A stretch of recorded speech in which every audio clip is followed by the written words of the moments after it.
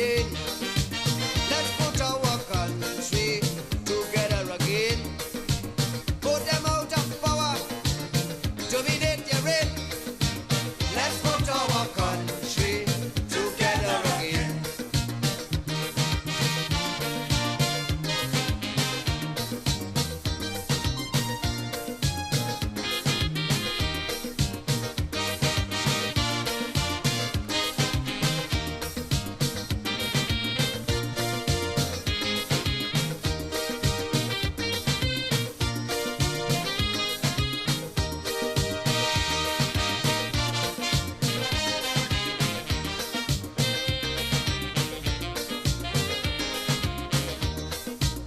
If for 30 years you voting them in, and there's only tears as soon as they win, they give you big words and enslave your souls, promising you roads and giving potholes. If they are the reason why the economy won't sprout, when you're voting, vote them out, vote them out. If it is the passing laws that them alone can flout, when you're voting, vote them out, vote them out. If it is the building eyesores, east, west, north and south, the same way you vote them in, vote them out. Register and vote them out. Totally vote them out. State your finger and vote them out. Rescue the country, vote them out. Vote them out with tempo, they have we in vain. Let's put our country together again. Put them out with calypso and joyous refrain. Let's put our country together again.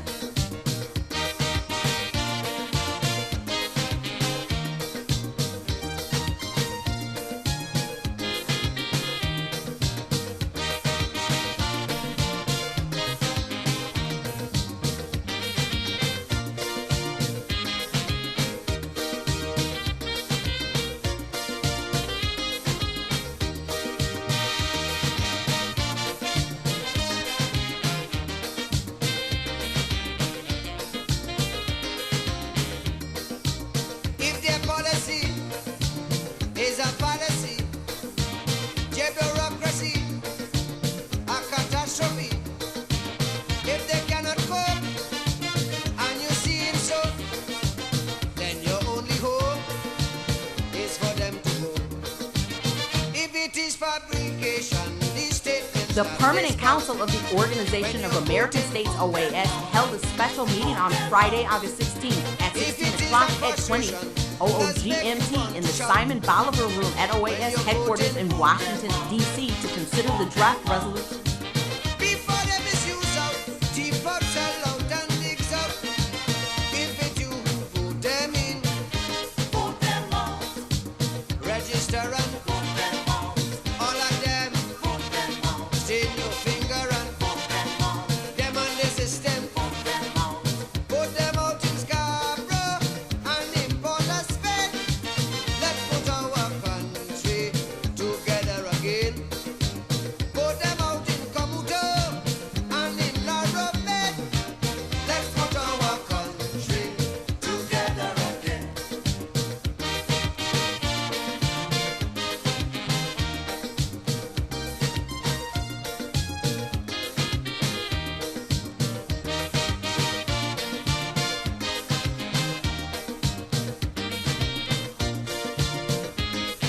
The Permanent Council of the Organization of American States, OAS, held a special meeting on Friday, August 16th at 16 o'clock at 20 OOGMT in the Simon Bolivar Room at OAS headquarters in Washington, D.C. to consider the draft resolution CP or DOC 6036-24 Rev. 2 on the situation in Venezuela, presented on behalf of the United States and its co-sponsors, Antigua and Barbuda, Argentina, Canada, Chile, the Dominican Republic, Ecuador, Guatemala, Paraguay, Suriname, and Uruguay.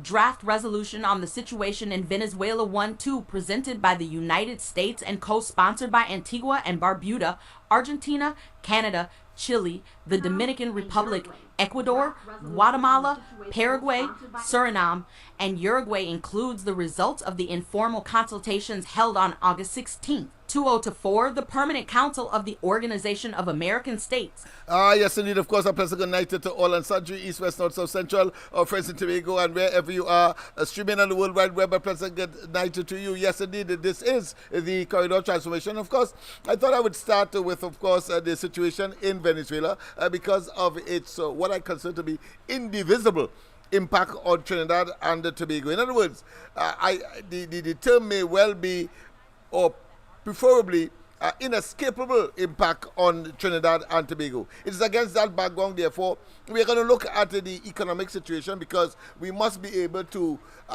treat or engage, of course, the very complex issues as well as we move inexorably, of course, to the political resolution to Trinidad and Tobago's problem. The political resolution, well, as politics will dictate, politics determine the quality and or the type or the actual leaders that you would elect to, of course, manage your affairs.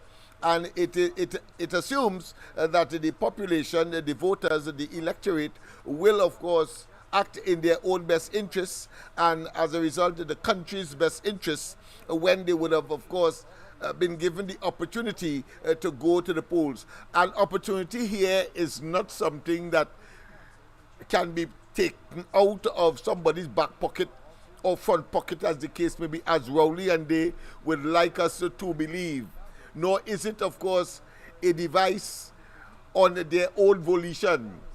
Neither can they, of course, do so without having recognized the parameters and the authority of the law governing, of course, such exercises. Anytime a group of persons like the PNM and Rowley begins to project and arrogate unto themselves that somehow they got themselves where they are by themselves, you know that they are delusionary, you know that they are deceptive, you know that they're up to no damn good, and you know that they really are concerned about power mongering. And of course, as you know, and we have been saying over and over, power corrupts, and absolute power corrupts absolutely. But these people are all of that, in addition to the fact that, of course, power intoxicates and make men giddy, and Rowley and them are drunk, or put another way, inebriated with power. So those are the parameters, those are the introductory remarks I would like to make at this point in time, and to, of course, engage your headquarters in your Washington, attention D.C. with respect, of course, to the number of issues that are taking place and impacting on Trinidad and Tobago today. Let's go straight, of course, to that piece where, of course, on a second occasion, Trinidad and Tobago not just abstained and therefore never voted, but they simply did not attend the OAS meeting on what? On the recent development in Venezuela, as if the events in Venezuela has nothing to do, or put another way, is not impacting Trinidad and Tobago.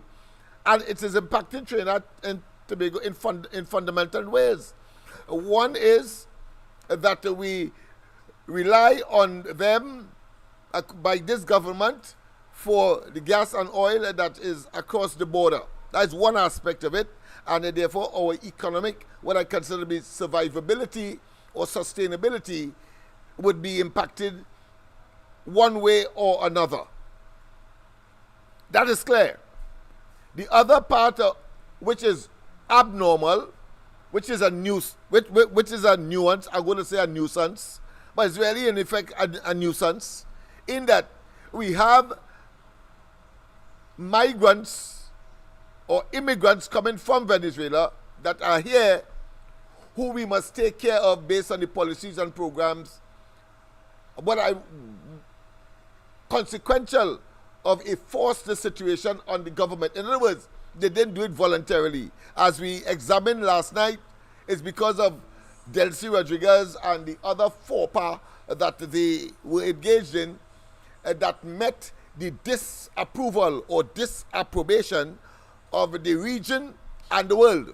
And so in order to remedy that, Rowley and they, of course, engage in an action to correct those multiple faults and, of course, ineptitude and poor policy or decision making on the obvious, very conspicuous immigration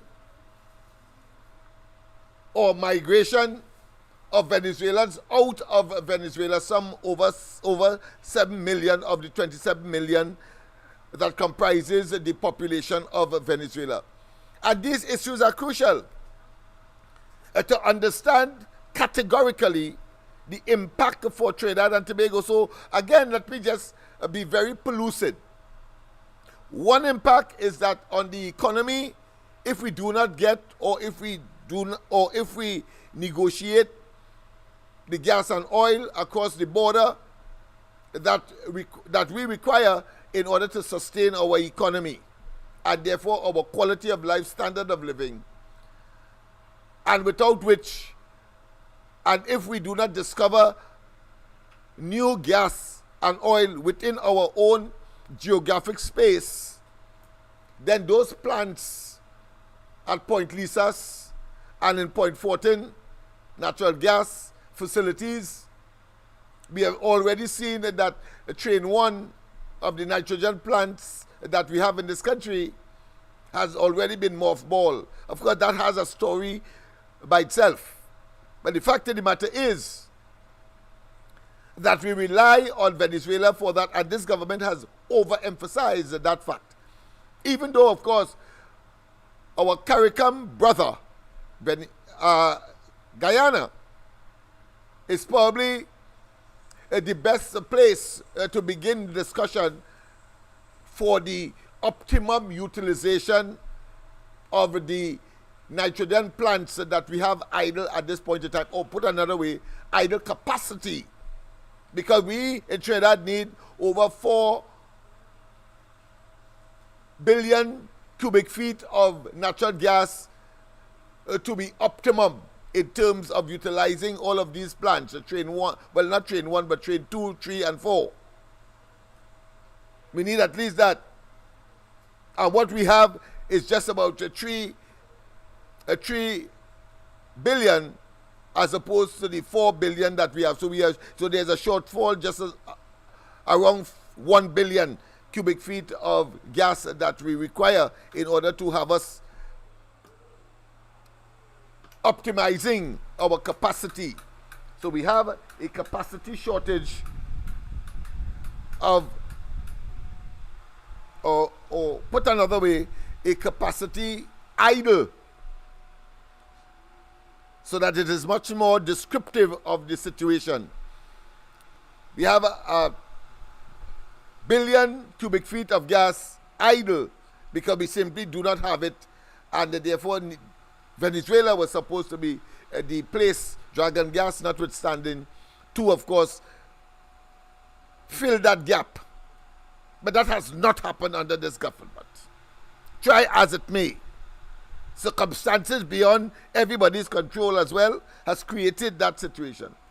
But we have another situation that we should be in greater control of, but have not done so as a government.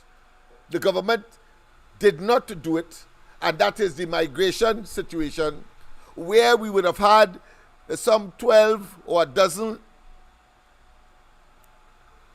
boats that could have, of course, give us 360 degrees coverage of our coastline and our exclusive economic zone to prevent, of course, or minimize the influx of Venezuelans leaving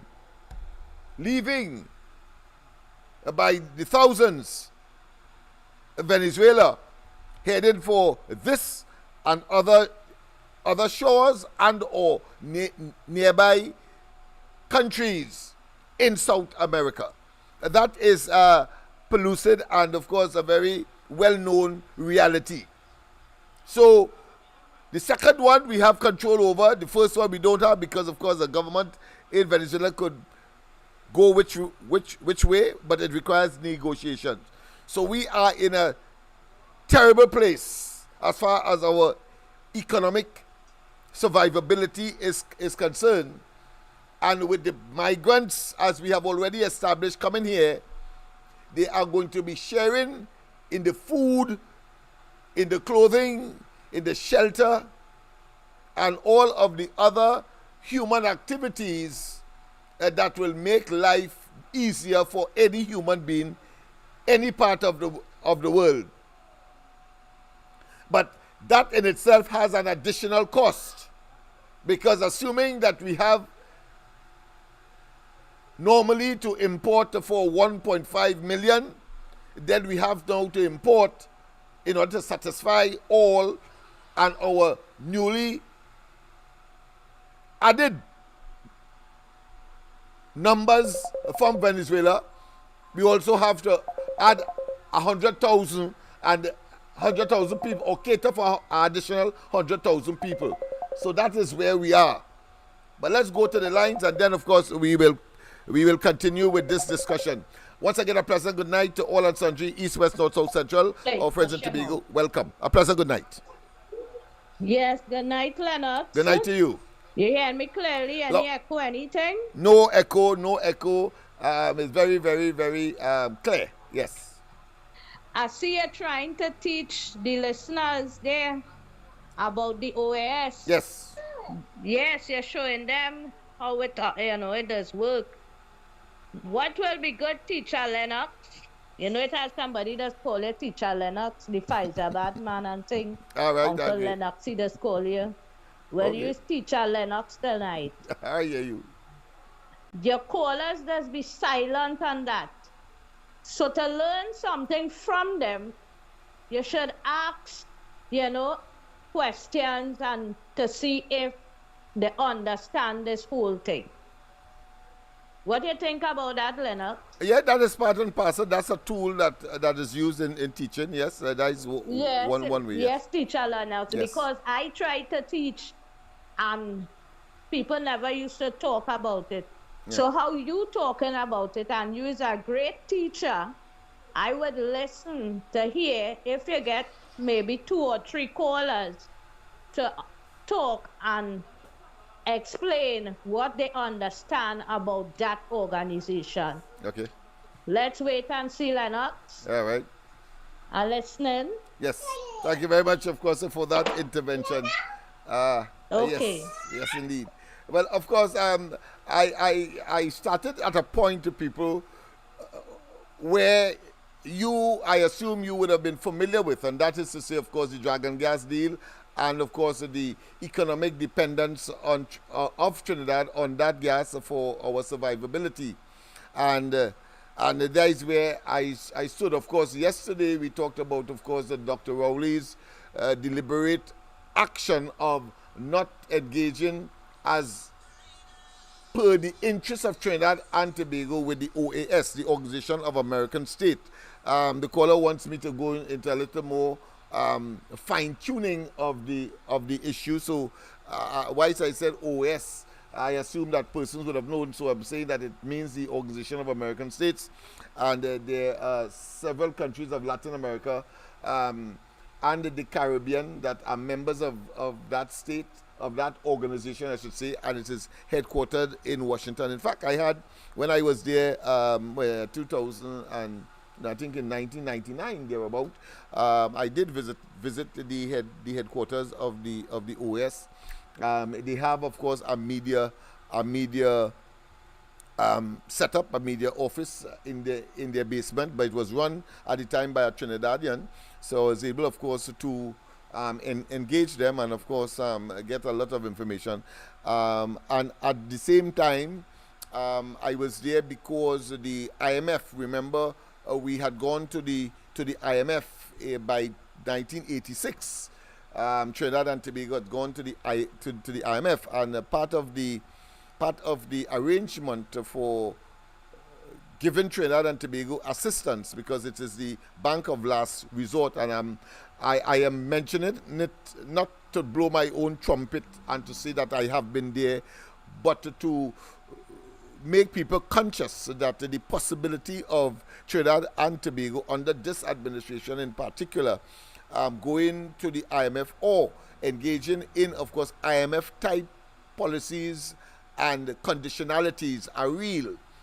And of course, in the case of the NAR under the late A.N.R. Robinson, we had just about 2 weeks or 2 months of import. That's how it is measured.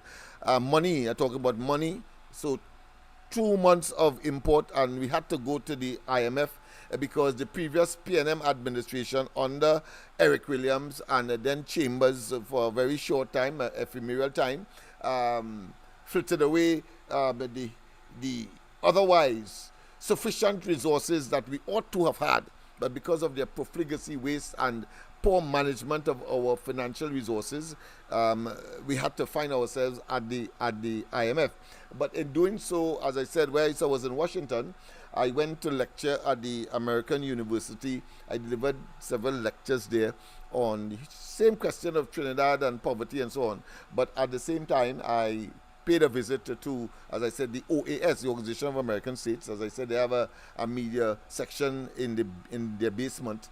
And then, because run by a Trinidadian at the time, and then, of course, I also had a discussion with the IMF as well, based, of course, in Washington as well, in the United States, when, of course, there was a component of the IMF assistance called MIF, Multilateral Investment Fund, MIF, Multilateral Investment Fund. And that was, of course, to treat with NGOs and non-governmental entities. So that was part and parcel of the arrangement at the time under the NAR.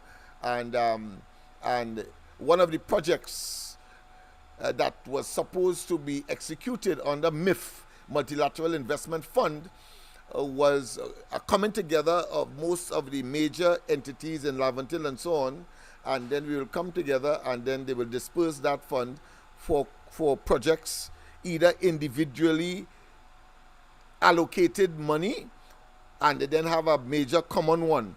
And of course, that was one of the things that I wanted to find out, because we in Trinidad at the time were concerned because Serval was involved in the exercise at the time as well as the organization that was formed and is still around, that was formed by the other Pantin, the one that was part of the NAR administration and Minister of Education. But Jerry Pantin was, of course, allocated to Serval. He created Serval. And then, of course, we had Field created by the other Pantin, who incidentally has also died. So both of them has died. But both entities are still existing. Field is still around and so on. But our concern was that Field had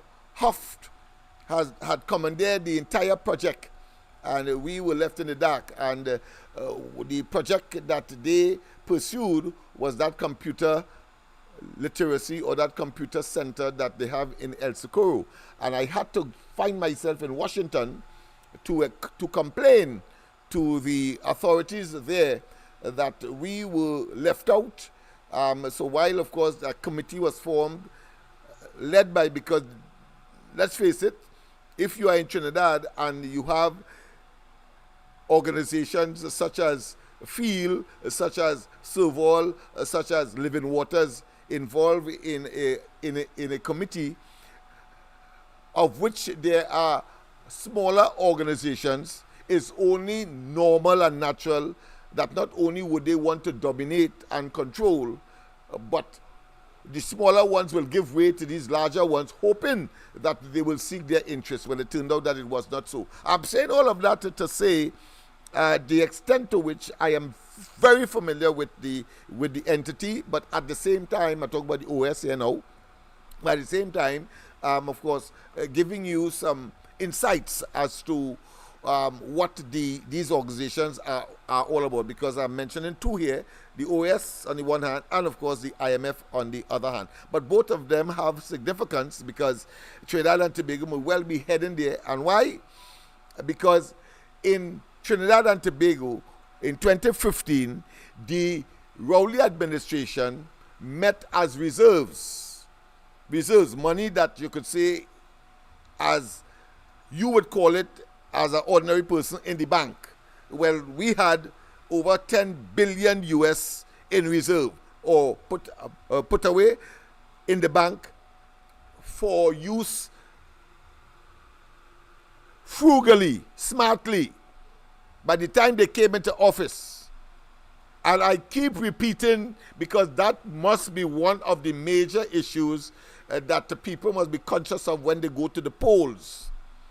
You see, no government could get away from the fact that if you met over 10 billion in reserves, not only does it indicate that the previous government did well to have an incoming government replacing, of course, the previous government, and let me be very specific here, the UNC accumulated, by the time they demitted office in 2015, over $10 billion in reserve. I talk about US. And therefore, the PNM under Rowley came and met that there and had it to their disposal, obviously, because they had the new government in 2015. Today, after 9 years, we are talking about that same reserve.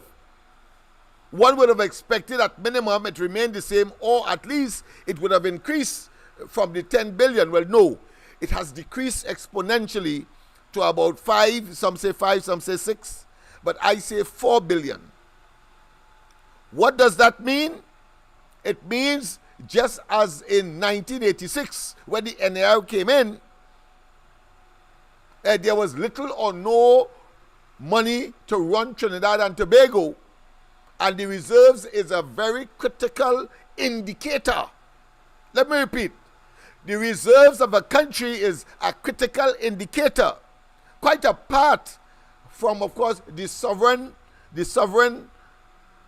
accumulation in the form of the Heritage and Civilization Fund. That's a separate fund. But your reserves and the international benchmark for determining the health of a country also includes the amount of reserves that it has accumulated.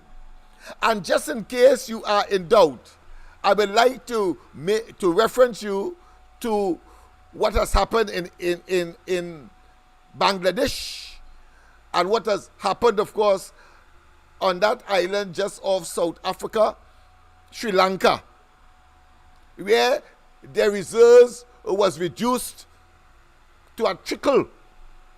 And so they had no money, and guess what? As a result of that, because it is the benchmark, the determinant as to not only the health of your economy, but how you can import items, because we live in an interdependent world. And therefore, we do business with other countries. And no country except a few like the United States can produce all that it needs. And therefore, it has to trade. And of course, commerce is the moving of what? Of goods and indeed services. But in our case, we'll talk about goods, things that you manufacture, from where it is plentiful to where it is scarce or needed. That's the classic definition of commerce. The moving of goods, let's say from a factory in South.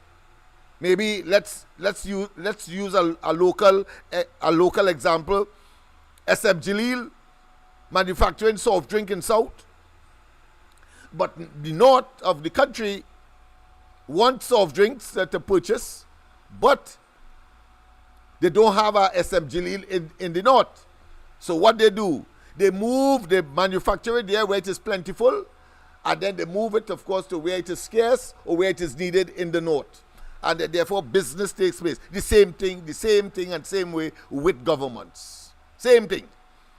So the reserves today, in my view, is about 4 billion. And thus, of course, having a smaller gateway or a smaller wiggling room. And therefore, the possibility, not the possibility, but the fact that you are closer to going to the IMF with a smaller reserve as we have today, about 4 billion US, as opposed to 10 to 12 billion when the UNC accumulated it, left it there for the PNM to use, and today, 9 years after, we have 4 billion thereabout. I'm using the 4 billion mark. I think I'm pretty correct there, simply because of the desperation of the government to try to artificially and coercively and brutally tax in order to, of course, manage the domestic economy. Yeah, and of course, the reduction clearly of expenditure, including, of course, imports. And the other parallel determinant or factor, and that is in a state where there is a reduction in the accumulation or the acquisition or the production or the getting of foreign exchange to put into that fund, to put into the reserves, in other words, in order to meet our demands. We have a food bill, for example, of between $4 to $6 billion a year. So you would understand what I'm talking about here in terms of the criteria and the fact that the international benchmark is that of how much import you have in reserve. Understand that? Yes, indeed. So I want to make that very clear. So all of these moving parts must be understood for a person to really get a grip as to what is happening in Trinidad and Tobago and why Rowley and they are so poisonous and are so toxic. But let's go to the lines as we continue, of course, to treat with the economy. Yes, we have to deal with complex matters. Some people may understand totally, some may not, but we will assist. And with your calls, of course, we can give and get clarity. A pleasant good night. Welcome. Pleasant good night, Mr. Lennox, and pleasant good night to Trinidad and Tobago. Yes. Mr. Lennox, hey. I want to speak to the pan man and them. Go ahead. Why I want to speak to the pan man and them too? I want the pan man and them to know the only administration was in office that gave the pan men and them money that they never ever see in the history of playing pan in Trinidad and Tobago was Kamala Prasad.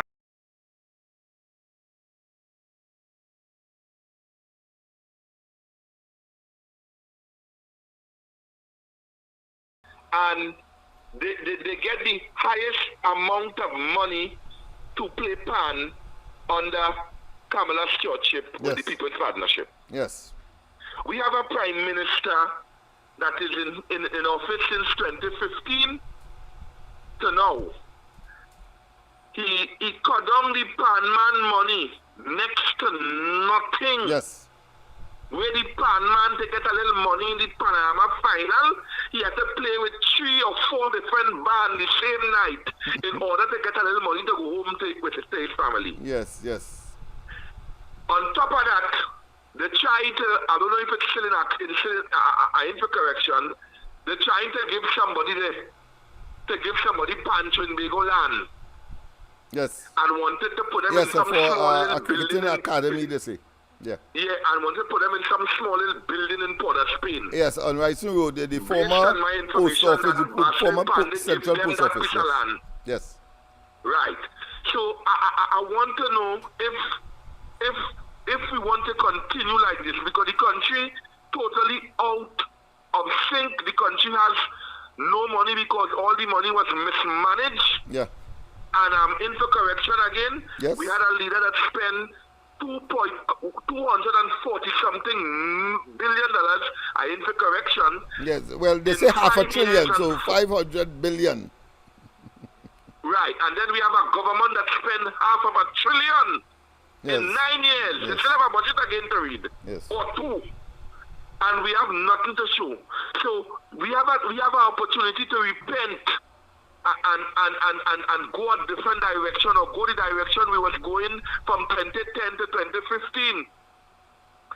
To get back on track, because we are in a bad state. Yes. And if the people only take God out of their thoughts, I want to repeat myself. Yes, go ahead, If man.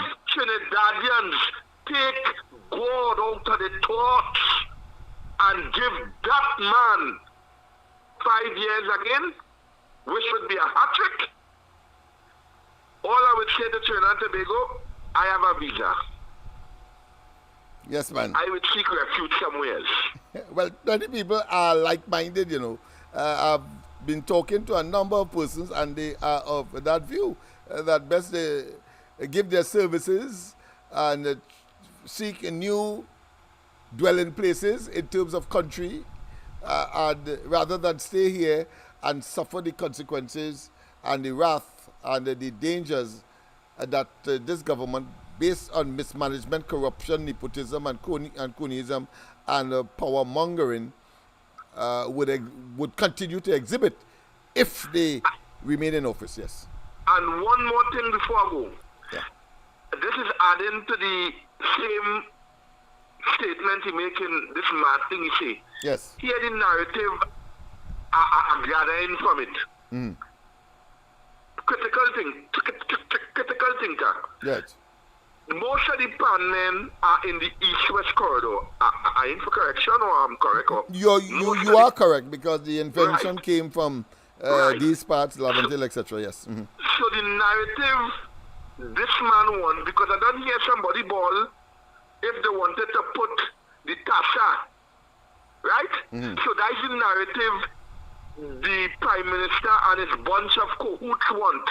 They have nothing to bring to the table, they have nothing to campaign on, but they want to bring the race, the dividing. Race baiting. We know that. That's similar to the main part of it also. They want to bring the divide. Similar to the banana. Because people went and vote for Rowley the same, because they see some in East Indian and in Africa and a banana. Yeah, banana and he and no monkey. That ugly Right, son of a gun. But go ahead. But now, we have a man that closed down Petrotin, closed down the steel mill, send home TFCT workers, looking to go with Washa workers, tax the people 6 times. And he loves Africans so bad, and it's mainly Africans in these industries. Thing this man coming with, they bring mosquito tax, all kind of tax coming, and we have more coming just now. Yeah. They love Africans so bad. According to them. We have reason now to go and vote against this man. That's right. And vote handsomely. Yeah. We must vote this man right out of office. Yes.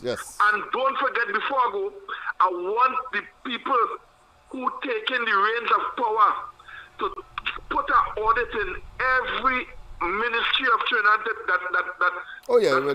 that goes without saying. I mean, that's by default, yeah.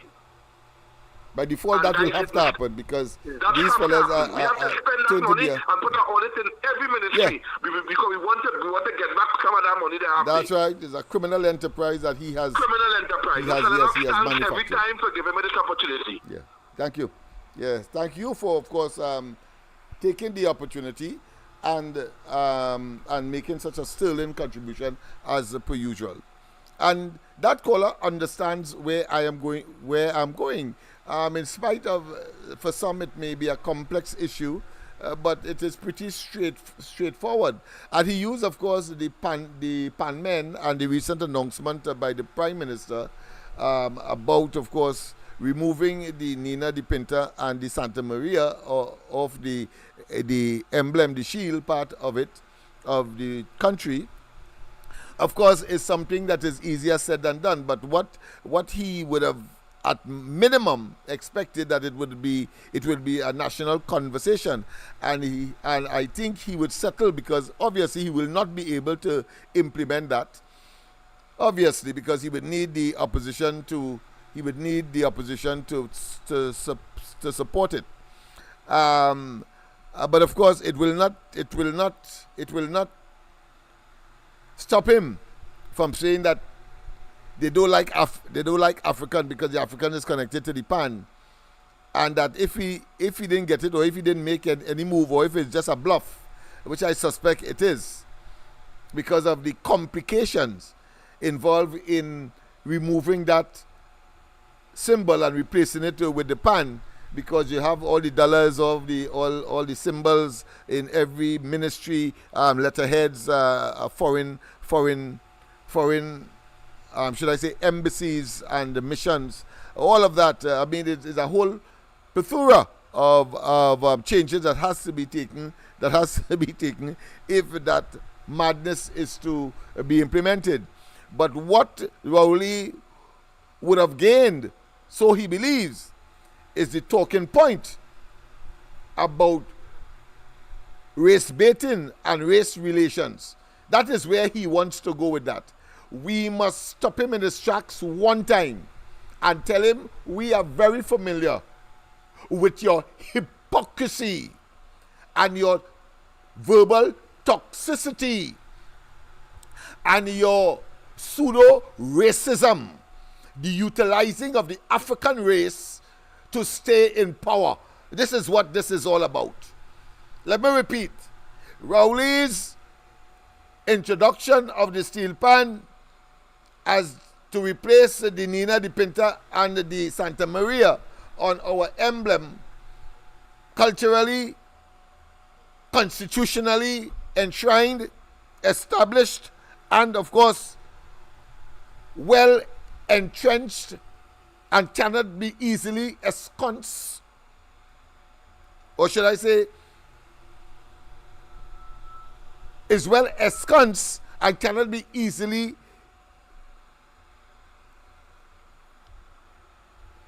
cut out, degraded, or withdrawn. He knows that. So he is left, of course, with the race part of it. And I want to tell you the banana issue and monkey talk is the same here. And I say he is a hypocrite and a pseudo-racist from the point of view that when he wanted to introduce that draconian measure of a state of emergency during the COVID, he then told us, if you have 2 bananas, share it with your neighbor. So banana was good then, but it wasn't good for his political agenda wanting to get back into office in 2020. A pleasant good night. Welcome. Hey, LENNOX, good night. Good night to you. All right, you hear me good now? Loud and clear, my friend. Last night I listened to your program, Yes.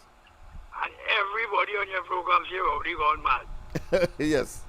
A fella from Tampa and who insist that he got mad. So I ain't going against nobody for saying that, because I myself, when I watch at what going on, and this morning on Stefan Reed's program, the crap Rowley was talking, Stefan Reed showing it, and people getting up and clapping. Stefan had to, and you know, look at them clapping that. Yeah. Talking about moving Columbus Tree boats.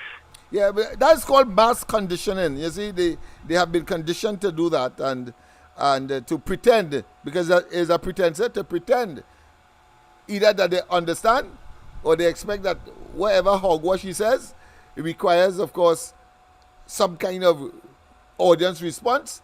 Otherwise, it wouldn't look good. That's also is about show. It's about theatrics. But go ahead. Yeah, but next weekend, somewhere tonight, you know. I would expect that. The elections are impending. Yes. Yeah. But here's my point. When a fella have a big ego like what Rowley have, yes, and they just shattered, yes, it just send them crazy, you know. Oh, yes. Some of them just kill themselves, you know. Yeah. And I believe that will happen to Rowley. Yeah. Ravi Balgarian and another Privy Cochran was shatter out the ego. Yeah, definitely, yeah. So he was in Parliament unashamedly and with all kind of grease and egg and filth on his face and say that they did not undermine the Constitution, whereas the Privy Council was saying the opposite. They did, in fact, undermine the Constitution by them coming to the Parliament and taking over the role of the electorate, you and I, to determine time and, of course, who would rule us at the local government election in this case. But that is what shatter our ego. Yeah. Remember they was walking around saying, well, we win 2 and them win 1. Yeah. And all this crap. Yeah. A good bit of them went crazy. Yes. But Rowdy went the craziest because he had the biggest ego. Yeah, well, he has the entire, what I consider to be criminal enterprise on his shoulder as the leader. So he has to try to save face, but by engaging in further criminal, deeper and more expansive criminal behavior. So right now I feel like you called us last night. Yes. I feel Rowdy really gone mad. Yes, he has, no doubt. And he's going to go more insane as the as the date draws closer, yeah, for election. His ego get become so bad. Yeah. He gone nuts. And in this case, he can't go over to England and do nobody done. When man put him out, remember what we say? Yeah. The last man put me out. And he actually tell you he killed him. Yeah. He said, yeah, but yeah, you can infer that because he went to Likoto and he living he living close to the place wall. He can't cross water and go to England and kill nobody. Right? Right. But right now, Rowdy's a raving lunatic. Yeah, he's a raging lunatic, not a raging bull. If you have to use bull in a sentence with madness, well then he's a raging lunatic bull, or a raging bull that is plagued with madness. But yeah, when you talking about all this thing with changing the currency, that man going crazy, you know. I won't sit down in the same room with Rowdy. Yeah, because he might bite you if he doesn't have, of course, if they don't control him with a straight jacket. And plus, UNC, you see this thing what is coming? Yeah. Rowdy just buff them. If you know that is the easiest question, why you know? Yeah. Big man like how they talking about buff. Eh? Buff is for little children. One thing is, mommy buff me. Well, I don't think they said it in the context of how it has been, should I say, repeated. Let me put it that way, because they said it as a reference that he's a fellow who bullies people and he buffs people, etc.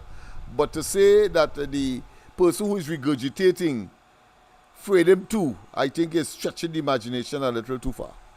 Well, when you tell Munilal. Yeah. See these boots? You call them shit kickers. Yeah. And all that. That fella should have put him in the place.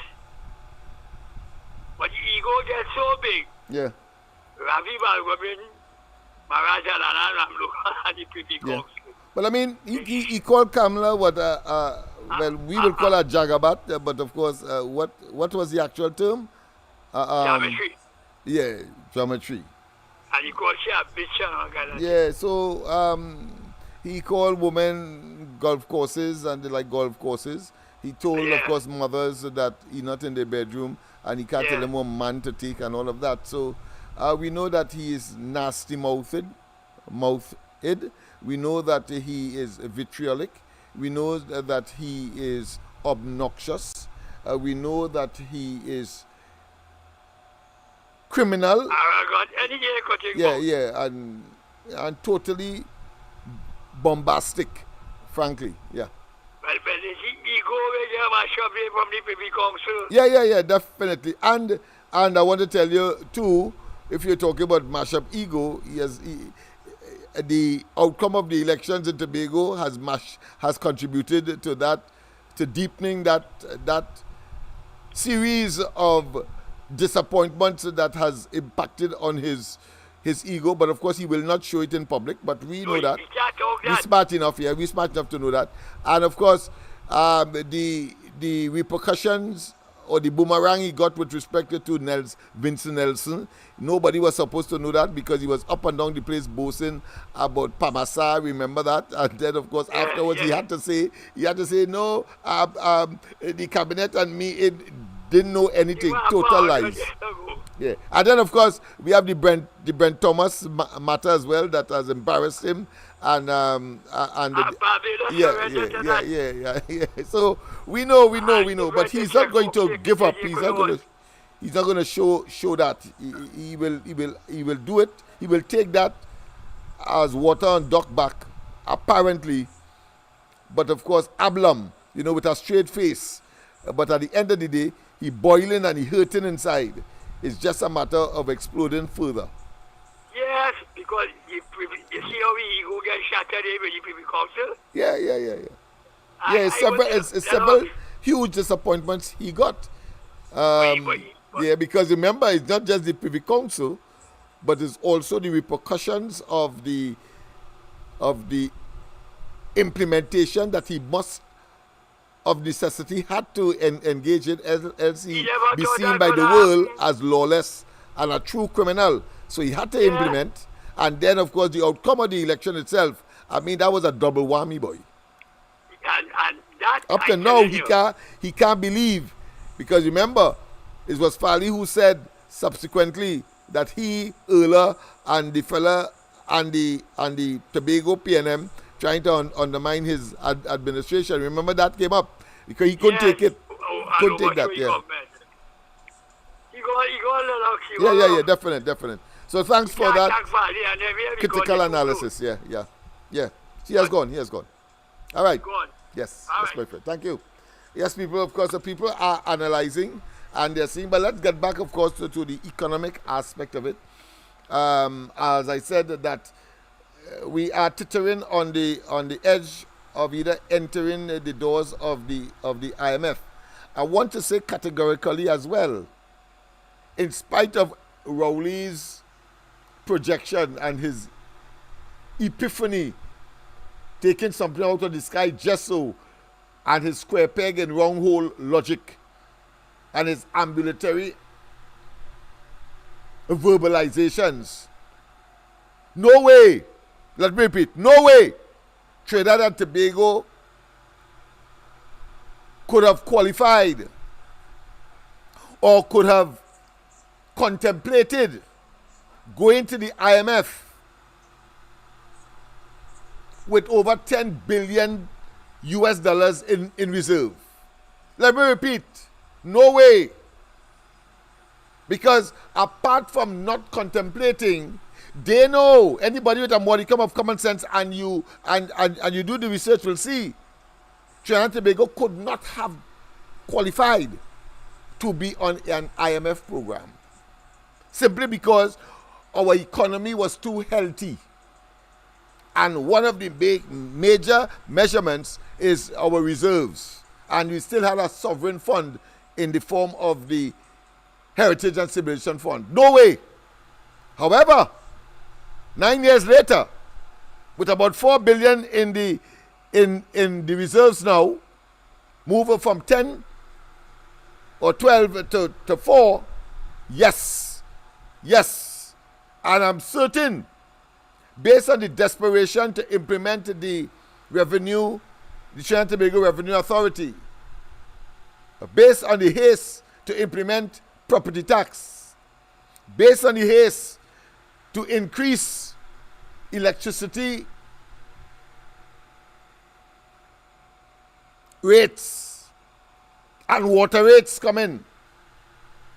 Based on all of that, and based on the fact that apart from disappointment with not having access to the dragon gas and the cross-border arrangement that was supposed to be implemented at least 2 years ago.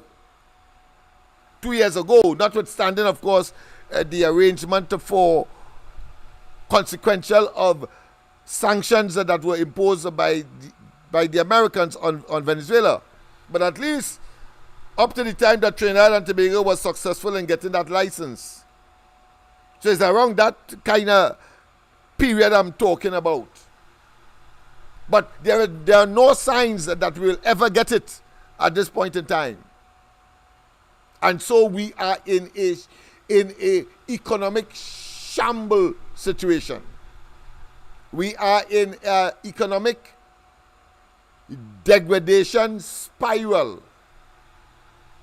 And so we must put on the table squarely that this government is sharpening up its preparations to go to the IMF. Because there's another fundamental factor that has contributed to the deterioration, to the degradation of our economic circumstance, and that is the lack of foreign direct investment, particularly, and which is required outside of the gas, oil, and petrochemical sector in order to invest. In other words, in that non-oil sector, we have not been able, this government has not been able to attract any major investment, because that would have at least addressed the question of unemployment and still, of course, generate income by virtue of taxes, because as the companies operate here, they will be taxed and therefore more into the consolidated fund, which is the government bank account, if you want to call it that, to manage and to budget for Trinidad and Tobago. Understand the complexity and the interconnectivity and, of course, the relationship one to the other as far as those elements of the economy is concerned. Let's go to the lines. A pleasant good night. Welcome. Hello, LENNOX. Pleasant good night to everybody on the live. Pleasant good night to you as well. Pleasant good night. Hey. So, LENNOX, Yay. so we're only trying to create an economic meltdown in the country.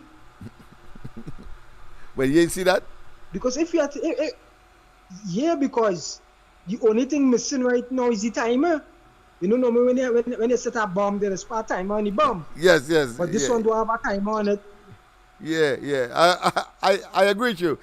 He's hoping that he could avert the inevitable by attempting to do things to remain in office so that he could control the narrative, control the system, control the resources, so that we will not be the wiser. That is what he's attempting to do now. So he's bare boned. Based on the information, it come like he holding the dead man switch too. Yeah, atomic bomb. Yeah, they have to be. Yeah. The atomic bomb of destruction. Yeah. What would I find out too? Good. What would I find out too? The constitution reform. Yeah. Thing would they keep. Yeah.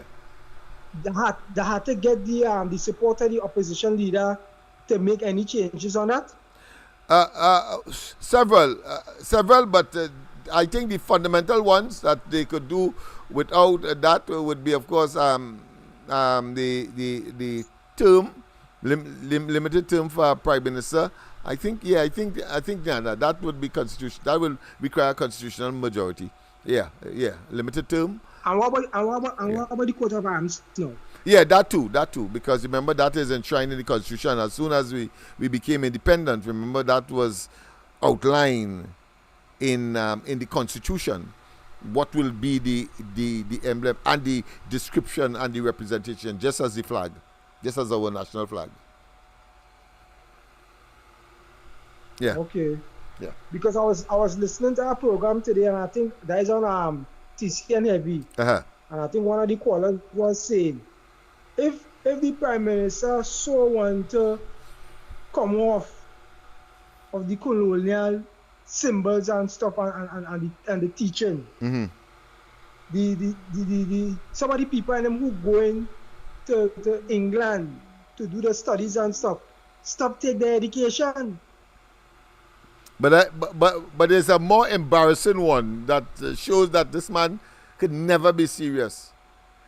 One of the first things he did when he came into office was to do what? Rehabilitate and send for foreigners to rehabilitate the Magnificent Seven.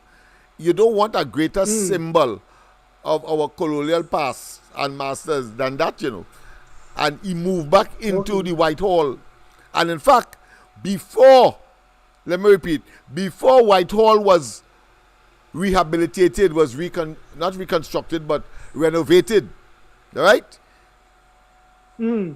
He wrote a book. He wrote a book before, you know.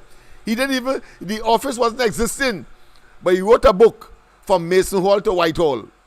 Understand the level of hypocrisy in this man. So he could never be serious. It is about his political survival and race baiting as a mechanism nestled in what?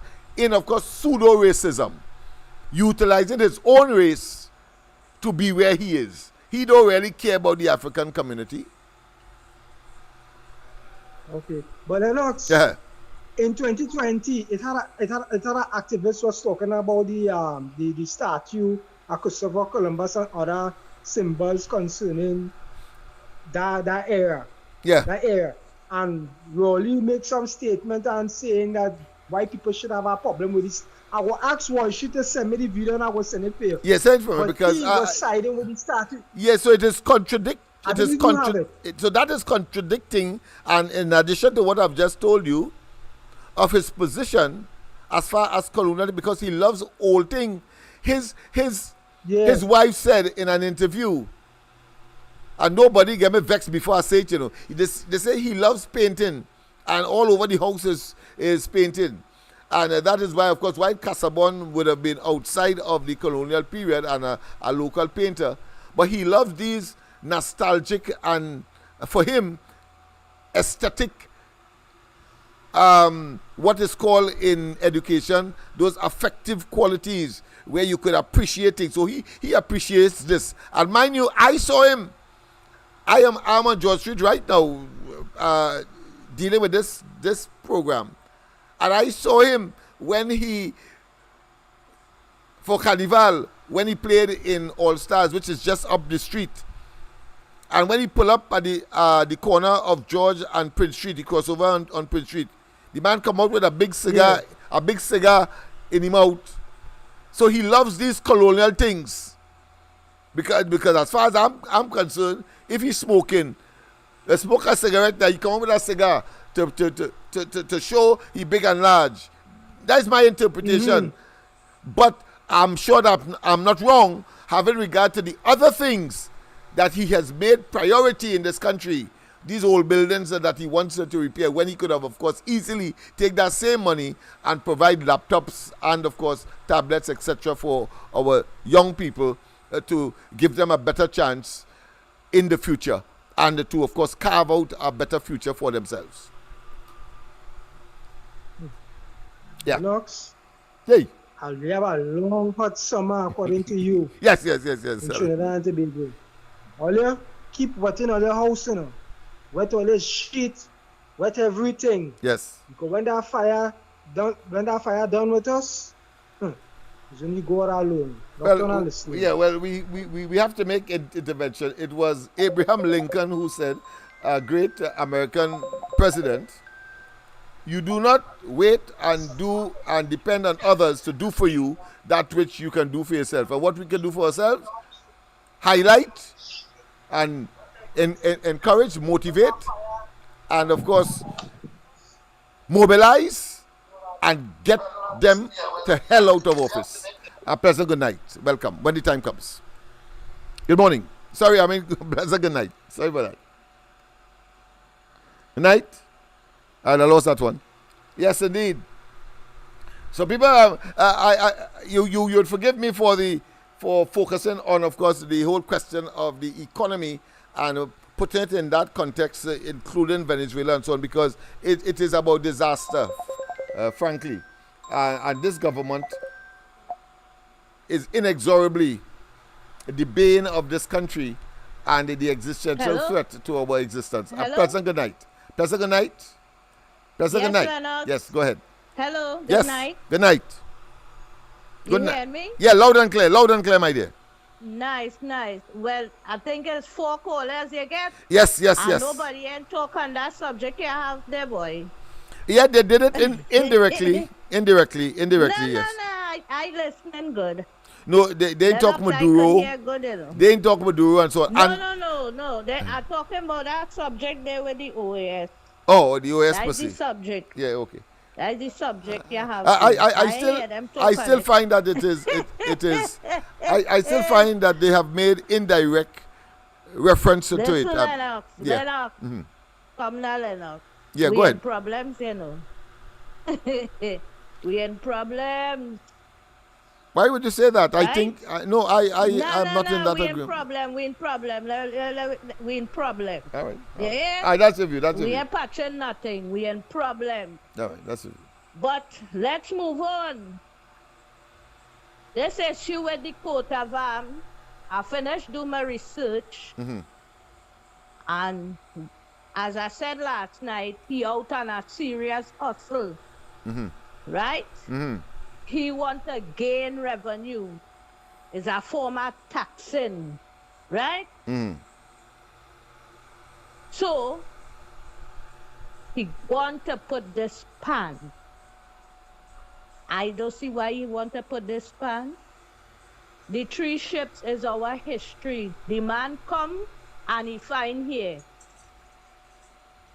They say the Caribs and Arawaks come here before he.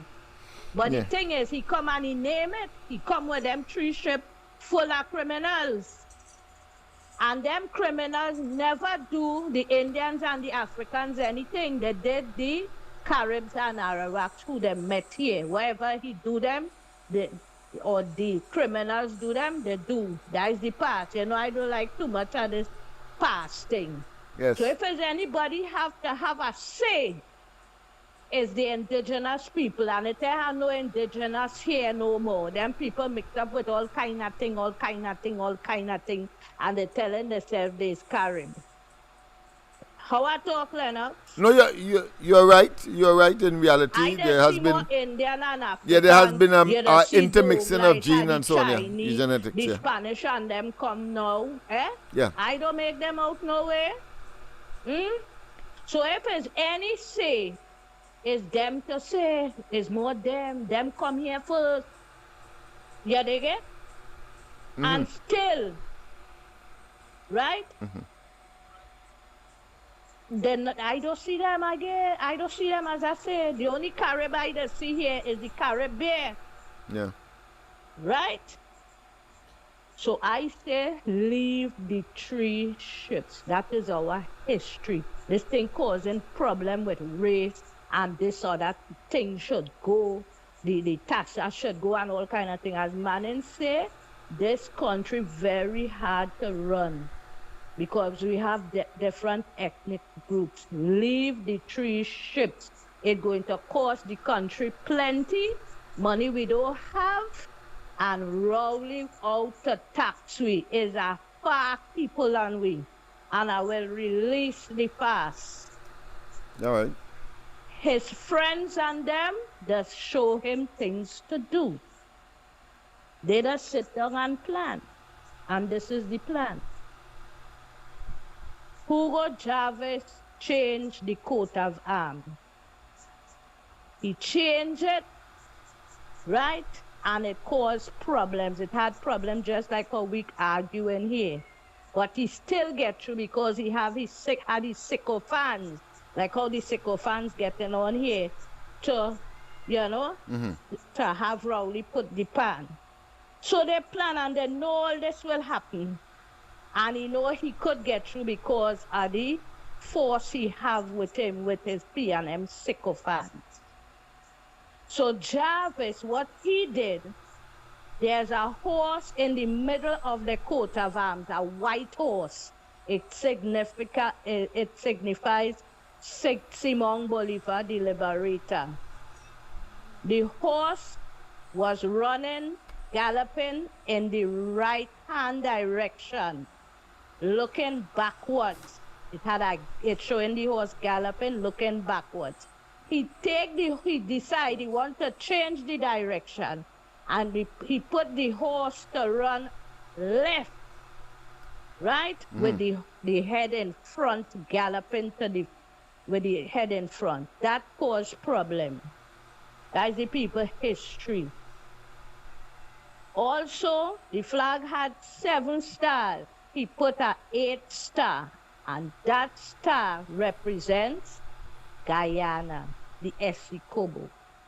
You hear what it is I'm telling all you? Yeah, that's a recent development, yes. We saw it when they were A had recent good ceremony. development? Yeah, with the Essequibo and the changing No, of the flag, yeah. That, I'm telling you that, yeah, we know, the people here know about the Essecobo and this fighting. Yeah. But what I'm saying is, Hugo Chavez, the late president before this one, put that star there. All right. And that 8th star on their flag represents the Essecobo, Guyana state. That is how they call it, Guyana state. All right. Right? They mean they want the people place. So that there long time, so sometime in 2006, somewhere there, he did all these kind of things. But what I want to tell you, the people had to change up all kind of things. And it was costly. Right? It's a fast to get money from us. So you're saying that there's a pattern that has been initiated. Yes, following that pattern. People must realize now that everything this man doing is just like what they're doing next door. It's time we wake up. It's time Trinidad and Tobago wake up and realize what is going on. Oh. I'm saying this for a long time. They're going to cross. That man will come and take over here. To make us a story short and for people to understand it, they're extorting Trinidad. They're extorting me. All we money going in train one hibiscus platform. He take up how much $1 million in US and give them it the other day and telling me that for social work or some social. Yeah, as part of the advance payment for the oil that is the gas that is yet to be. Yeah, get paid yet. All this set of money you give away in US. How much it was again, LENNOX? Yeah. $1 million US? Yeah. That's a lot of money for them. Annually, yeah. Because 10 cents and we money is money for them, you know. Yeah, that's why they come here and they ravage us if they get a work permit, $150 a day. That's big money for them. Yeah. Right? They live 10 and 20 in a little 2-bedroom house. And when the month comes, they're sending home a little 200 because it's 5 US is the minimum wage pay they're getting for a month, you know. All right. Right? Mm-hmm. So people wake up and understand what it is this man doing. We inside are here. All right. The phone ringing. Take a call, LENNOX. Thank you very much, yes. I thank you very much, of course, for that contribution. Pleasant good night. Welcome to the corridor. Hey, LENNOX, boy, long time here from you, boy. Long time, boy. Yes. Tell me. Night. You hear me clearly? Loud and clear on the corridor. Well, my whole scenario with this government is that they always shine. Sometimes I just feel, back in the 50s and the 60s when New York was run by the mafia. Uh-huh. That's how I just feel Trinidad is now. Yeah. And the police and the license officers. I too. So you have somebody who endorsing that. Yeah, because look the situation with the coat arms now. People in her bed, little children dying from dengue, man walking around Santa Rosa with big high-powered rifles. We can't see police. Well, Coast Guard boat shut down when he coming in left, right, and center. Maduro, they know, so half of them might come across just now. Right. So why trying to figure when this coat arms thing, if they get through with this thing, because he that lie too bad, he go see he could change the coat arms and this and that, and that time he do one tail. When it changes, all the passport and all the things and certain things gotta change, no? Yeah, of course, every single thing this will be now the coat of arms, and what was there before will be null and void and of no effect, obsolete. So when I had to go and renew, if I had to go and renew my Your passport, your driver's my permit, birth etc., certificate. you will then get that new imposition or that new adjusted emblem. Right, but what's saying, Lennox, the short is, you have to pay for this. Yeah, You of will, course. you will have to run. If they do this, and I have my passport already valid with the coat of arms on it, I would have to carry back my passport back into immigration for them to give me. It's something like it's something like the polymer and cotton notes. You know, it's a scheme. They lie down and they develop those schemes because that wasn't supposed to have anything to do with national security. I'm talking about the exchange of cut notes for polymer notes, but they capitalize on that and they hoodwink the central bank governor who was engaged in that activity anyway, and then they just make up a story saying that money laundering and so on, that is the note of preference. Somehow, I don't know how people like Trinidad and Tobago blue note than the American greenback. And then they had their way, and next thing we know, 500 million have not been returned, and we don't know where that money is, because they could only print notes that ought to have been in circulation.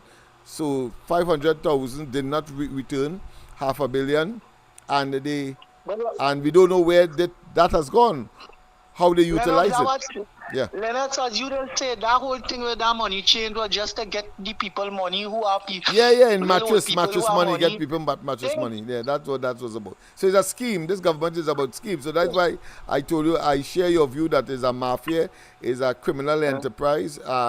You get that impression on a daily basis. There's a bunch of con men and con women that has, of course, commandeered the highest executive office in the country. And this requires a purge, a catharsis, but of course with criminal and civil investigation, for which they must, of course, pay the price ultimately. And I have one more question before I go, because I know plenty people will shall be calling. Yes. Using police and license officers and traffic warden and things to harass the public or the nation's public and drivers and motorists to share tickets to bring in a revenue. Yeah. Is that a fall into some kind of treason? Well, strictly speaking, yes, but because they utilize their slim majority in the parliament to make it law, and once it is recognized, of course, certified by the president, it becomes law, and it is law, but it is draconian. These are matters that, of course, can be reversed with a new government, but at the same time, investigations where it is possible must be initiated because they have acted against the public's interests. You cannot introduce seatbelt, for example, and say that how much money you expect to get from that. No, it was supposed to save lives on the nation's roads, not a money-making thing. That is what I'm telling you. You have 50 to the whole station sometime on a road traffic, get ticketing people for all kind of dotation, all kind of shopping. Because they see it as a revenue earning situation where you are trapped, you are encased into that scenario. You're on the road, you must drive your vehicle. It might have a little crack on the windscreen, or maybe a light might have been dent, or the bumper dent, and they will charge you for these ridiculous things rather than using their discretion and give you a warning as the case may be. Yeah. Lennox, the other day them went by Eddie Hart Savannah. You know the food place by Eddie Hart Savannah? Yeah. Only families go there with the little children to play a little sports or exercise. You gonna hold one big roadblock with like boy talk pressure to get them people down there? I could well imagine. And expect more, because it's a criminal enterprise, as I say, that has lost its way, has mismanaged the place, a greedy and avarice and nepotism is the order of the day. They have betrayed the public's trust. They have stolen from the people. They have abused and misused the office that they hold. And eventually, elections must be called, and they must now account for that criminally and through the civil justice system. Yeah, but he don't like to have international observers and things like he partner Maduro there. Don't frighten You him. understand? I am convinced that he will have no choice. He and he knows that. So what he's going to do, he's going to prepare something else, but not interfere with the foreign observer aspect of it. Take what I tell you, because of what transpired with the Privy Council and the fact that they forced him to call the local.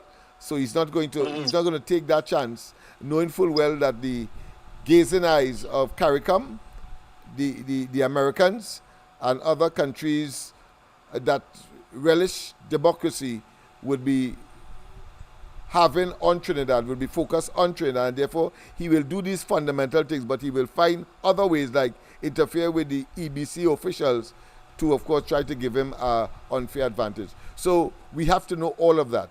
The reason why Maduro is in so much problems today, as opposed to when he was inaugurated, I think in 2019, is because the opposition was well mobilized, and they put their hundreds of thousands of persons in each polling station, and they monitored, of course, the voting machine, and they got the necessary stubs and so on, and they were able to upload it. They used the technology, and so when they do the tabulation, they realize that, of course, Maduro get licks by a mile, and so up to today, that matter cannot be resolved.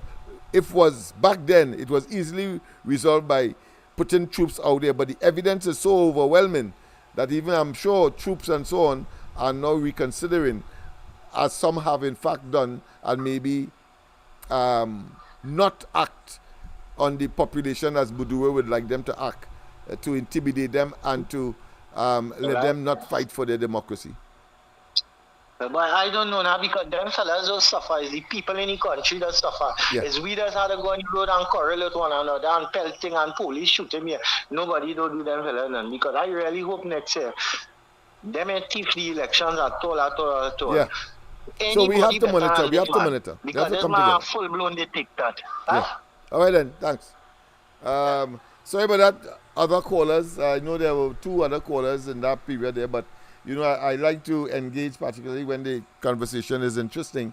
But you can call now. But of course, the time is already 9:33. I want to finish early. I have not yet had not breakfast, but certainly dinner, and I had a very slim lunch. So there's something awaited me there. But I want to finish this exercise before, as they say. Walk though dead is man that's dead. So I don't want to fall victim to that principle. But that being as it may, let's go straight, of course, to the line. A pleasant good night. Welcome. Yeah. Yes. Good night, Mr. Lennox. Good night to you. I won't be long. Go ahead. Yeah, listen. Tonight here, right? I actually put on my television set, and I saw Munila had a program going on, a live program going on. And one of the people in the program made a startling revelation, because he was explaining about the most notorious gang in Venezuela. They set up shop here. So I'm wondering if that is one of the reasons for all this home invasion that is going on in the country. Because the whole intention was to set up shop here, which you have already done, and that would have it would have linked directly to America. Right? So when I heard the man mention those things, I said, look how things that's happened. You understand? Yeah, so, it's not far-fetched. It's not far-fetched. It's obvious if I am a gang serious with, of course, some deep pockets, certainly I would want to go into new territory, new virgin domains where I can set up shop, as, of course, Venezuela settled until Venezuela settled their matter, because, of course, Trinidad can't be as rich as Venezuela in real terms, but because of their circumstance, they are catching the ant and so on. So therefore, they had to migrate and spread their wings. Well, yes. Well, now I understand why the borders are left open. Because since nobody isn't, you have every and anybody walking to Trinidad and Tobago, like if Trinidad and Tobago is a shopping mall, right? And people doing as they want, when they feel to, and the government and security forces is not doing what it's supposed to be doing. Yeah, the government is right? simply So now reckless. They are reckless. They have abdicated their responsibility to the people and expose us, of course, to all of these elements. A new wave of and category of crime where people's limbs are being severed and they're finding one head and next place, and then you have these home invasions and you have people invading the person whilst they invading the home, meaning that they're raping them, etc. I mean, it is a horrendous state of affairs that only Rowley and they must be held accountable for. Listen, I pray and I hoping that when God move this man out of office, this man have to make a serious. He must. The evidence is make a serious jail, you know. Yeah, it's too overwhelming. The evidence is too pellucid, too conspicuous, too so obvious that he will have, because he has been reckless, and that there's a term for that where a person, tours with his luck, so he rape, nobody do him anything. So he pushing the envelope. He end up, of course, prime minister after, of course, he did evil to his predecessor, and nothing has happened. So such fellas go to the next stage, doing it for doing sake, simply because they believe they could get away with it. But there's always, of course, a limit and an end to such devious, evil, malicious,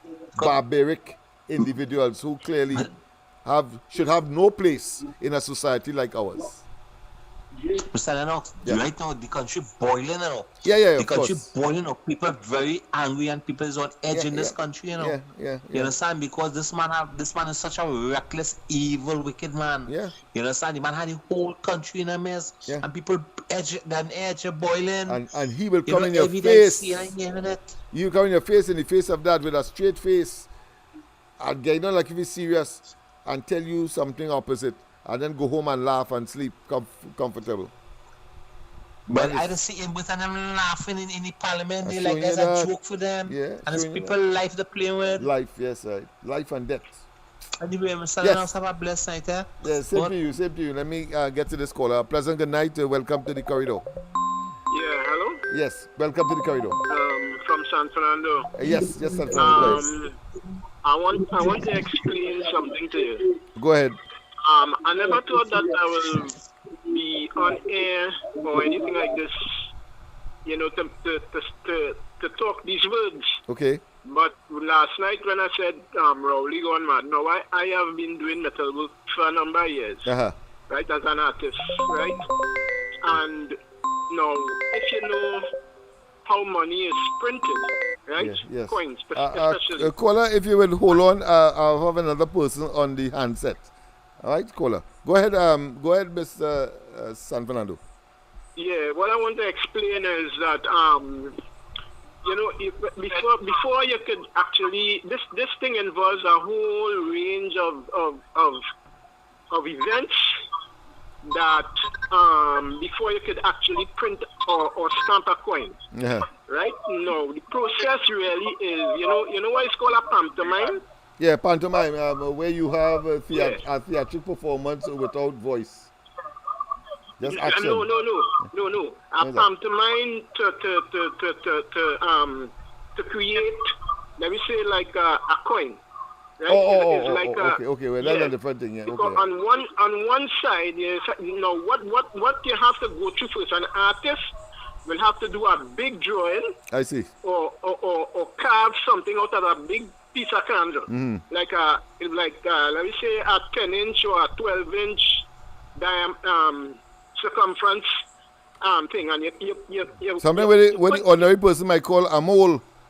Yeah. Yeah. Okay. Right. Now the wax soft, so the artist could carve it.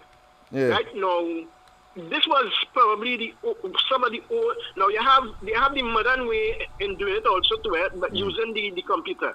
But what I'm saying is, pantomime will take from when you carve the the pattern out of the big. Yeah. Out of the when you carve your pattern onto the candle, Yeah. right? The pantomime, what the pantomime does is like a needle. You put in the needle, you're resting the needle in all the spaces, but on the other side, on one side that's big, and on the other side you have a smaller area where the pantomime will mimic what you're doing on the other side. On the other side, right? Yeah. Right? Mimic, so yes. you know this thing involves steel because you need a little tiny thing like a pin to cut through the steel on the other side, small. Okay. So therefore you're making a stamp. You follow what I'm saying? Yeah, you're making a stamp to stamp metal. Yeah. No. That was the probably it still have it wrong today, but you have as people go along, they improve the technology. Right? Good? No, and I'll explain that to you. Now, I'm explaining this to the public so that the public will understand what this thing is involved. Now, to do a process like that is very, very expensive. Right. Follow what I'm saying? Yeah, because no artist ain't going to sit down and do all of that just for no chichi money. It's big money you're going to be talking about to make one coin. Yeah, because, I mean, I made the point yesterday, and if you could confirm, that you may pay more than 5 cents to make a 5 cents coin. Yeah. You can pay 10 cents to make a 5 cents coin. So it is an expensive exercise. I agree with you. Go ahead. No, the alternative to that in terms of modern day technology is the computer. Right. Right? But you still have to go through the process of making something big. Right, and when you if you do a pattern, a big pattern like about 10 inches, the computer will then pick it up, and you have a program set. Right. Right. So now you could even use the computer to cut it. The program will mimic on a piece of steel. Right. Right. So that when it's mimicking that, it will. I want to make you understand what I'm saying. Yeah. I get it very clear. But in any case, all these processes are very, very expensive to do. Yes. Right. So this is my point. This is why I was calling Keith Rowley a crazy man, because to go through that is a whole set of things you will have to go through before a coin But itself. as I said, he threw it out there for throw it out sake because he's that evil. Because remember, the convention was about what? About constitutional reform. How does that come in? So he comes there and throw these phantasmagorical, should I say, projections out there and expect people to just deflect away from all the murders and the mismanagement, the cronyism, the recusement, the sudden millionaires among the cabinet ministers and he himself and all of that. So our job is not to be fazed by that, but only to acknowledge that is the intent and that is a means to an end, which is, of course, to try to deflect attention. My point is, if I have to go through a process, that will take a whole class and a whole year. Right, so therefore it's not practical. But I'm just giving you the idea. No, I hear you. I understand that clearly, that it is not practical. It is not advisable. But for Rowley, it has race baiting value. Because there's the African man and the pan, and why you would want to, of course, deny him that, etc., etc. That is where he's going to go. A total and absolute pseudo-racist. Yeah, but understand what I'm saying. It is not impossible to do that, to make coins, But the process is very complex. And I understand that. It's expensive. Yeah, but I'm saying that because of the prohibitive cost, it cannot be that is what he intended. Is just to throw that out there for race baiting purposes. All right? Yeah.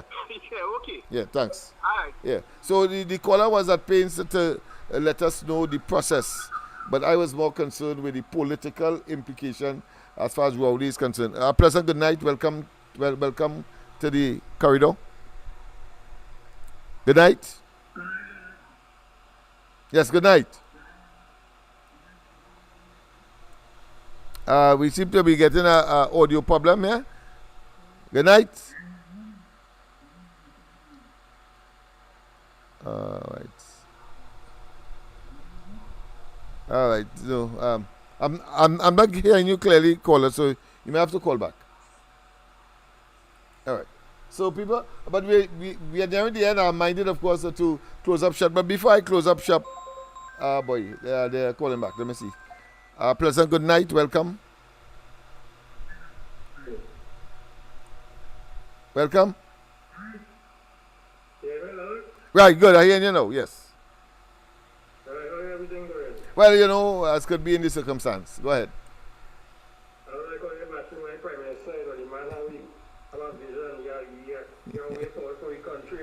Yeah, with that.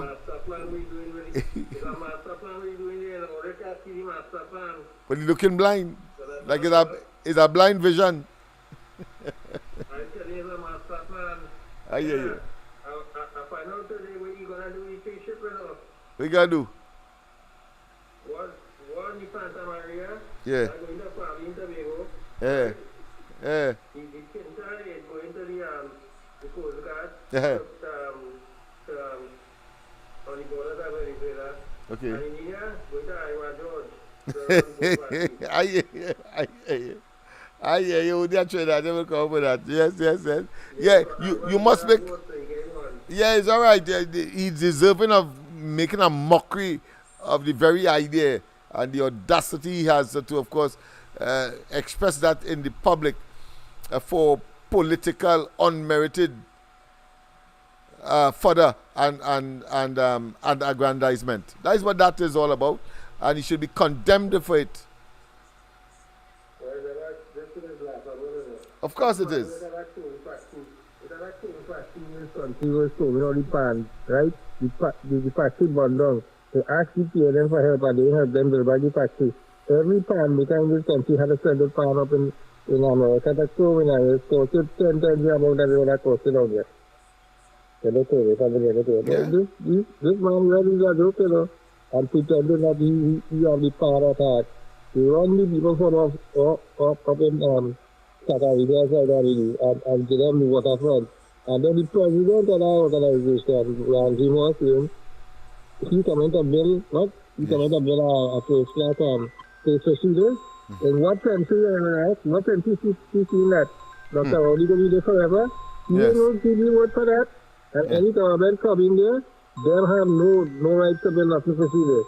Let you take what you get. You went and take the land, give it away, and squat it on the minister, you know, because he's the one operating the building for them to pay the lease. And they owns nothing, right? Yeah. But these five people that have no backbone, you know, they become an audio program, right? And voicing their opinion. But look, all of them there, they went in all of the Pan Festival they had before the protest. Eh? They didn't go protest nothing. They don't protest this couple that's going on here right now. Them is spineless set of people. They only know when trouble hit them to run by out there, but they don't want to stand up for their own rights. Have a good night, Yes, indeed. Thank you very much. Of course, let me just play that video that was on whole time we were talking and talking behind the scenes. Let's add about, of course, a number of issues relating to the economy, but certainly the society of Trinidad and Tobago and the impact of the Venezuelan, and of course other factors such as the OS, etc. All of which we touched tonight.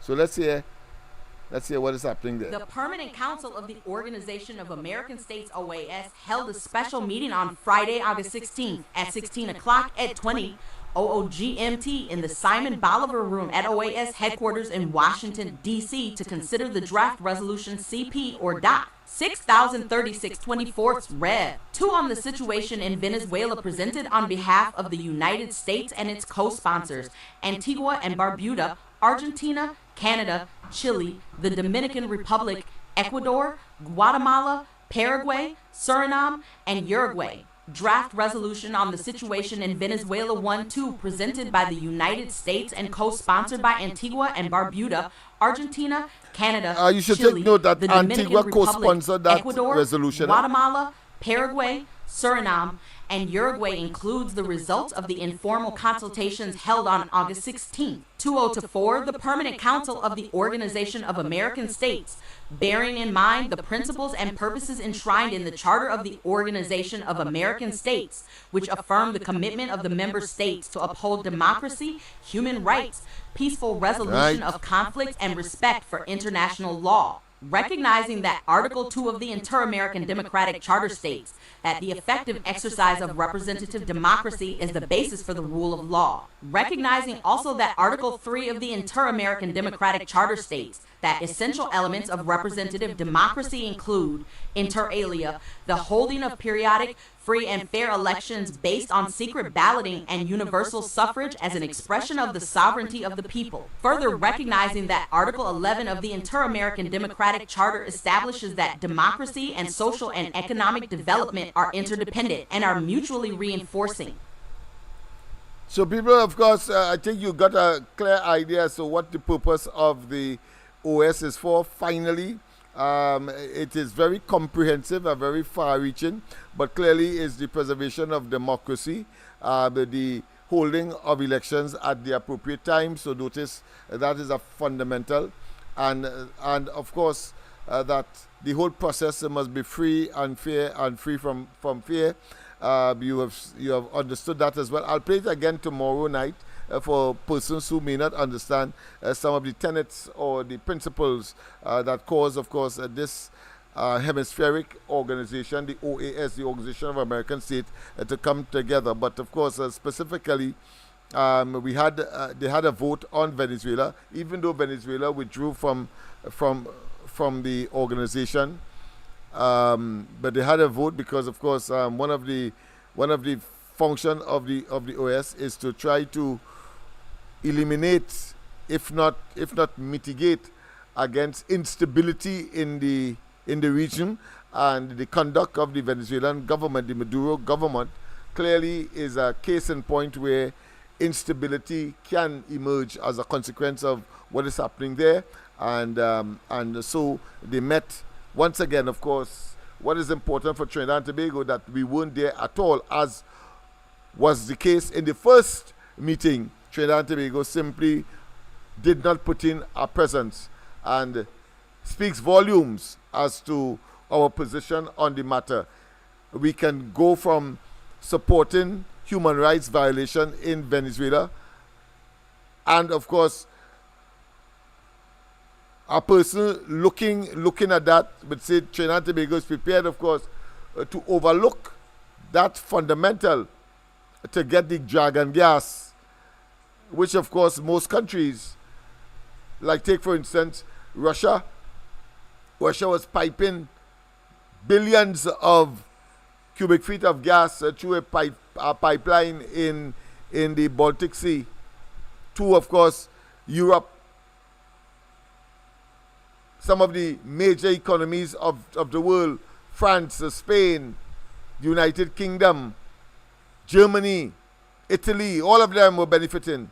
But with the invasion and the human rights violation associated with it of Putin and Russia into the Ukraine, they say they're not taking any gas. Not taking any gas. But this quack, this nincompoop called Rowley, remaining silent on crucial matters like these. And worse yet, while of course in the case of Ukraine, Russia and Europe, Russia is far, far, far away from Europe. We are only 7 miles, the closest country to Trinidad and Tobago. Not even Tobago is as close as Venezuela is to us. Rowley is remaining silent. He has to be an ass in the face of a Western world that is primarily democratic and the richest of them all in this hemisphere, the Western hemisphere. Come on. Rowley has committed treason. He is the existential threat to our civilization and Trinidad and Tobago, and must not only be condemned, but they must pay for that betrayal. of the people of Trinidad and Tobago, having reposed in them, questionable as it may be, but nonetheless they are called prime minister and ministers and kitchen cabinets. They must be held accountable at the appropriate time. Misbehavior in public office, larceny of our resources, recruitment through recruitment, and of course nepotism. And suddenly all of them getting rich at the creation of a 1% to which they have become members. Let's continue, of course, with this video, and then, of course, we'll come to an end. It's unacceptable that Trinidad and Tobago was not at this second meeting of the OAS August 15th, as it was not at the first on July 31st. The government of Prime Minister Keith Christopher Rowley is tittering and playing with political fire, since by its conduct suggests that it support human rights violations, undemocratic and electoral principles in Venezuela. TNT has already witnessed an attempt by the Rowley PM administration to undermine the local government electoral process, which the Privy Council rejected in its ruling on the subject. Trinbagonians are all too familiar with PM Rowley's involvement in communicating with the chairman of the Elections and Boundaries Commission to gain an unfair advantage in the 2015 national elections, as well as his direct orchestration of not having international observers for the 2020 national elections, and the many irregularities connected with the PM's blatant and desperate grab to stay in power by unfair means. The most latest are the manipulation of Parliament to secure the Tobago House of Assembly and Rowley's public declaration that there will be no observers for the August 2014 local government elections. As a society, the people and electorate of Trinidad and Tobago must continue to wet their homes, as the proverbial Venezuela burns from lack of transparency, dictatorship of Maduro, and the forced subversion of the will of the people. The PM Rowley government has many similarities to the Maduro autocratic rule in Venezuela. That is why the citizens of TNT must be eternally vigilant and never surrender our democracy and sovereignty to the Rowley PM anti-democratic and corrupt curse. Yes, indeed, people. Of course, the only error in that presentation, I think, is when he mentioned, of course, the 2014 or August 14 local government election. Well, no, it was last year, of course, 2023, and of course, it was on the 10th of August. So that was the only mistake there. The writer of the script narrated by, of course, that avatar, as they are called, computer generated, and we'll be going more and more in that vein as more news will come to you via that means. I think it's a refreshing way of presenting the news, and to, of course, make certain that you get the information that is required. People, we have come to the end of tonight's exercise. I trust that you have a wonderful rest of the night. God bless. Don't forget tomorrow morning, the Gong Report, Andy, Mikey, and myself, as we continue, of course, to deal with these and other issues. I trust that tomorrow night I will, of course, give a definition for economics. I think is important. It's a social science, just as sociology and some other areas of, so say, learning or training that deals with interacting with people, because that is what sociology is all about, and therefore economics is one of those, and we'll see some of the nuances that may not make sense, but when one analyze it, you will see that it does make sense, because it is about, of course, doing what is required in your own best interest. And so too is politics, which is also a social science that we must engage in our own best interests. And these and other matters of that nature we will certainly discuss tomorrow. That being as it may, of course, let me go back, of course, to this particular piece.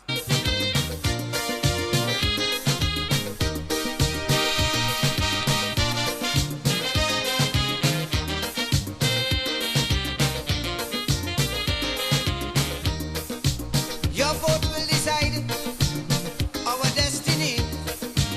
Your vote will decide what you want to be. Your vote can foretell our country's fate.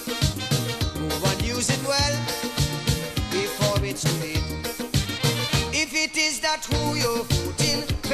beyond a doubt. I think I could end tonight's exercise by, of course, playing my own colleague Andy Williams' piece, where, of course, reflecting on the visit of Delcy Rodriguez. Listen to it, of course. Join us tomorrow morning on the Gong Report, where Andy will, of course, be hosting with myself and Michael Kerr. Have a wonderful rest of the night.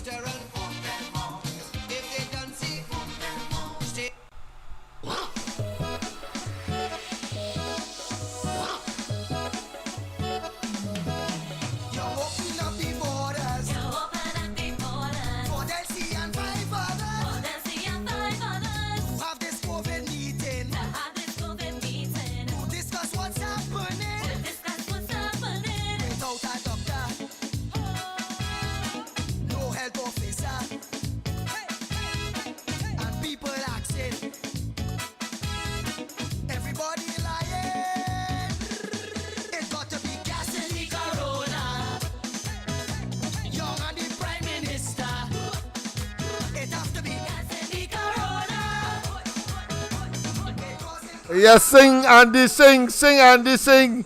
This group of ne'er-do-wells and corrupt individuals and the scum of Trinidad and Tobago. Sing, Andy.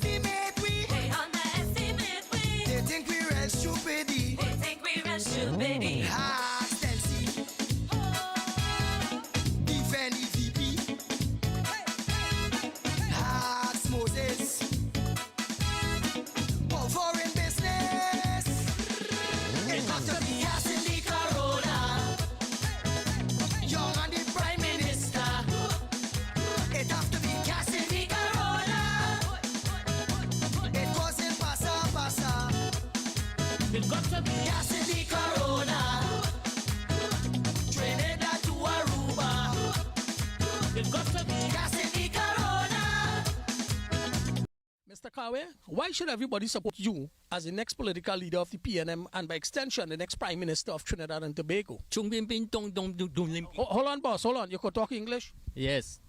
Everything is being camera. The PM is not doing nothing for this country. All the schools not completed. Look at the potholes. Look at crime situation. Vote for me, Kawe, for a better country. This is a song about a man named Kawe from way down in South.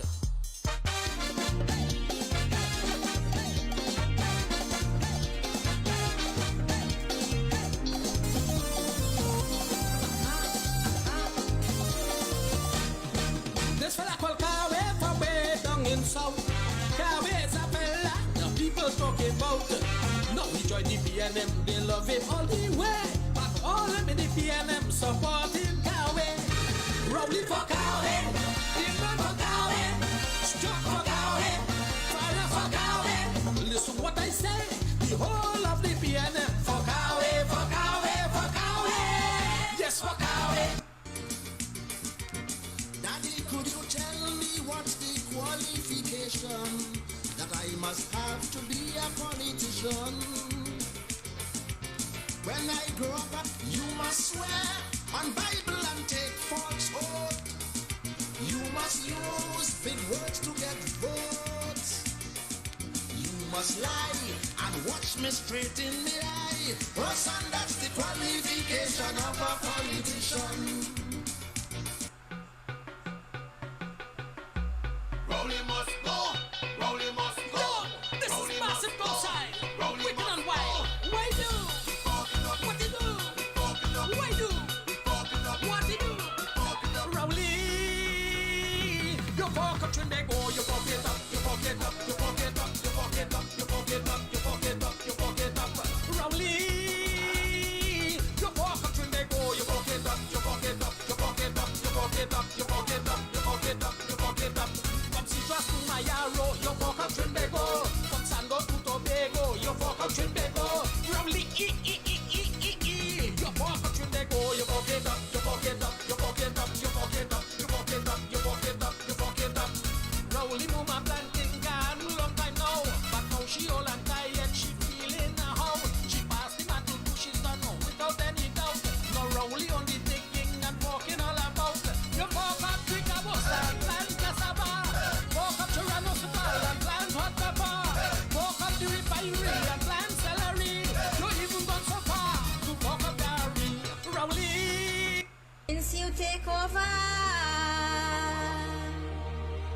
Prime Minister,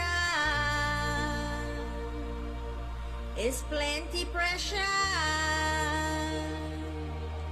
We have to suffer, and you will do nothing better. Rowley really have to go. Oh, Rowley really have to go. Oh, Rowley really have to go.